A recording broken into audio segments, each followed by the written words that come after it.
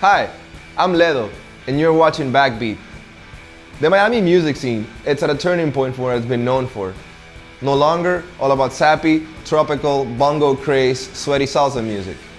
There's a lot more that goes on than what meets the eye. The mashup of different cultures makes for a diverse scene. I had the chance to sit down with the guys from Rebel, one of the leading forces in Miami indie rock. They are a melding of British pop, 80s sounds, and rock and roll aesthetics. The guys had a lot to say. This is how it went.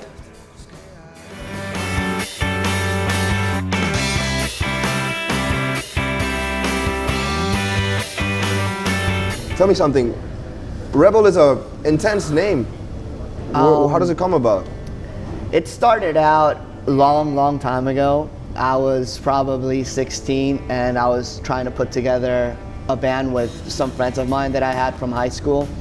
And I guess we've always been rebellious in the sense of trying to go against the grain. Like if the scene was doing this, we wanted to do that. So it kind of made sense when we first came about the name and we stuck to it. Then the band transformed into what's today through time. But what do you think is the key to a successful band here in South Florida? The key to being a successful band? Well, I mean, stay true to your music, obviously. Stay true to the music. Have a core relationship with your band members and have a relationship where there's trust and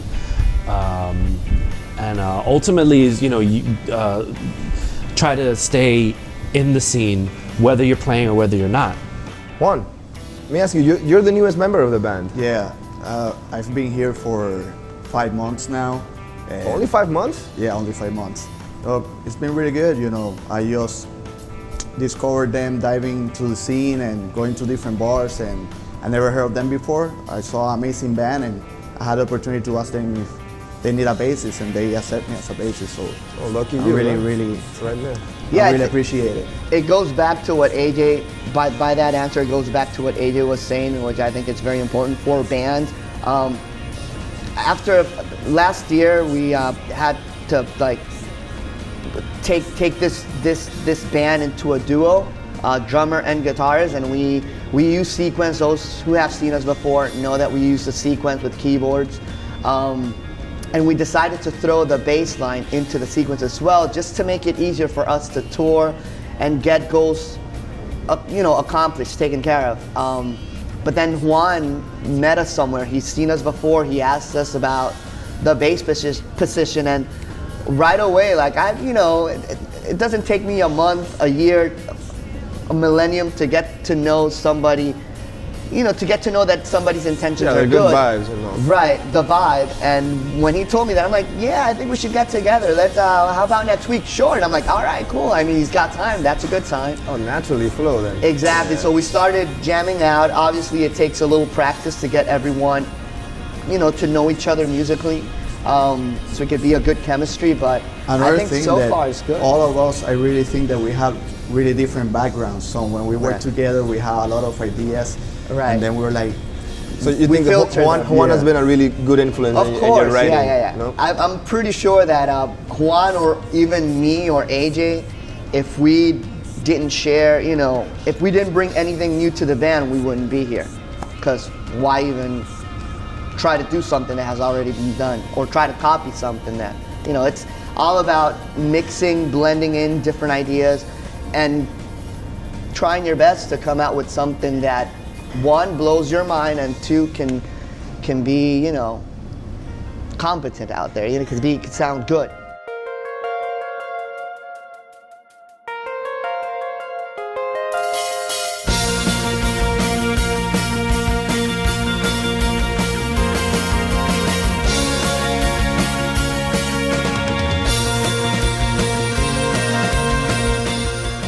This day and age, we have so many new things as far as technology, recording, live sound.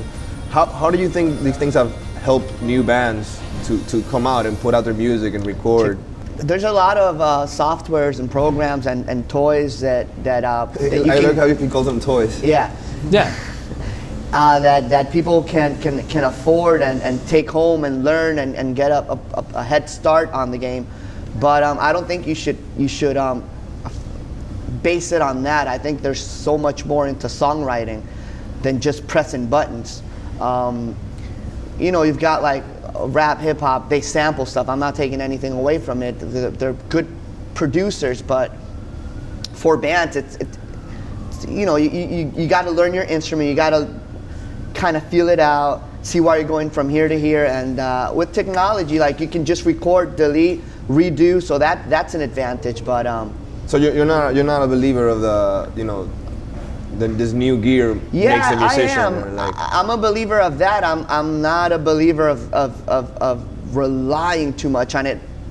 For example, Rebel, like I mentioned before, we have the sequences on the back, but that's because we choose not to have a keyboard player and maybe another guitarist on stage. It's easier for us to go out on the road as a 3-piece than as a 5-6 piece. Do you think growing together as a band members is definitely? Well, yeah. I mean, part of ultimately, it turns into a brotherhood. I mean, you Right. you eventually, if you get picked up or whatever it is that you get nowadays, whatever labels do or whatever it is that they do, you're gonna have to spend X amount of time with these 2, 4, 5, 6 other individuals. You're gonna want to make sure you're not gonna want to wring each other's necks out. But I think it's that commitment, respect, and passion for what you do. I think people can see through or can see into that.